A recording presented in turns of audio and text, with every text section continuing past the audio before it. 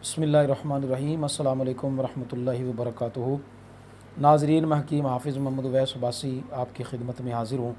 उम्मीद करता हूँ कि आप तमाम दोस्त अहबाब बख़ैर वाफ़ियत होंगे। अल्लाह ताला सब पर अपना ख़ुसूसी फ़ज़ल व करम फ़रमाए। दोस्तों, कुछ मसरूफ़ियात की वजह से 2-3 दिन हम वीडियो जो है नहीं बना सके। तो कराची का टूर भी अल्हम्दुलिल्लाह हमारा था, अल्हम्दुलिल्लाह वो बड़ा कामयाब रहा।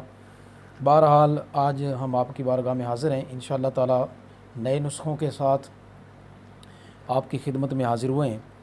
तो आज सबसे पहले हम जिस नुस्खे के हवाले से आपसे बात करेंगे वो ये है कि गुर्दे में पथरी हो, मसाने में पथरी हो, या पेशाब की नाली में ज़ख़म हो, या पीप आती हो, इन सब मतलब तकालीफ़ के लिए हम एक ही नुस्खा पेश करेंगे और एक ही चीज़ जो है मुफ़रद चीज़ होगी, वो एक ही चीज़ सब चीज़ों पे काम करेगी।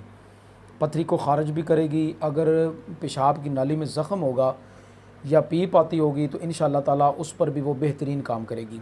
अब वो चीज़ क्या होगी, उस चीज़ की तरफ आने से पहले आप तमाम दोस्तों से गुजारिश करूँगा कि हमारे चैनल को सब्सक्राइब करें, दोस्तों के साथ लाजमी शेयर करें, कमेंट करें, अपनी आईडीज़ पर शेयर करें, ग्रुपों में शेयर करें, ताकि मखलूक़ खुदा का फ़ायदा हो।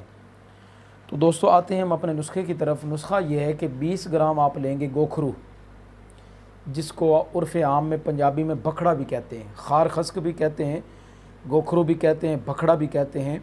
तो 20 ग्राम आप बखड़ा लेंगे खुश्क, और 250 ग्राम यानी 1 पाव आप लेंगे पानी। अब इसका तरीक़ाकार ये होगा कि आप इसको पानी में रगड़ कर छान लें। पानी में आप इसको रगड़ें, रगड़ने के बाद इसको आप छान लें। अब वो छाना हुआ जो पानी होगा, आप उसको सुबह, दोपहर और शाम के वक्त, यानी शाम 3 टाइम, यानी सुबह, दोपहर और शाम मरीज़ को वो पानी जो है वो पिलाते रहें, जो आपने गोखरू पानी में रगड़ा है।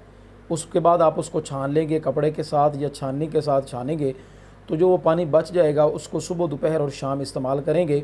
इसके इस्तेमाल से इंशाअल्लाह ताला अल्लाह ने चाहा तो गुर्दे और मसाने की पथरी, और अगर रेत हुई, पथरी नहीं भी है, बाज़ औक़ात गुर्दे में तकलीफ़ होती है रेत की वजह से, तो वो रेत भी इंशाअल्लाह ताला ख़ारिज होगी। और उसके बाद पेशाब की नाली में अगर कोई ज़ख़म होगा या पेशाब के रास्ते से पीप आ रही है, रेशा आ रहा है, तो इंशाअल्लाह ताला इस नुस्खे की वजह से इंशाअल्लाह ताला वो ज़ख़म भी ठीक होगा, पीप भी ख़त्म हो जाएगी।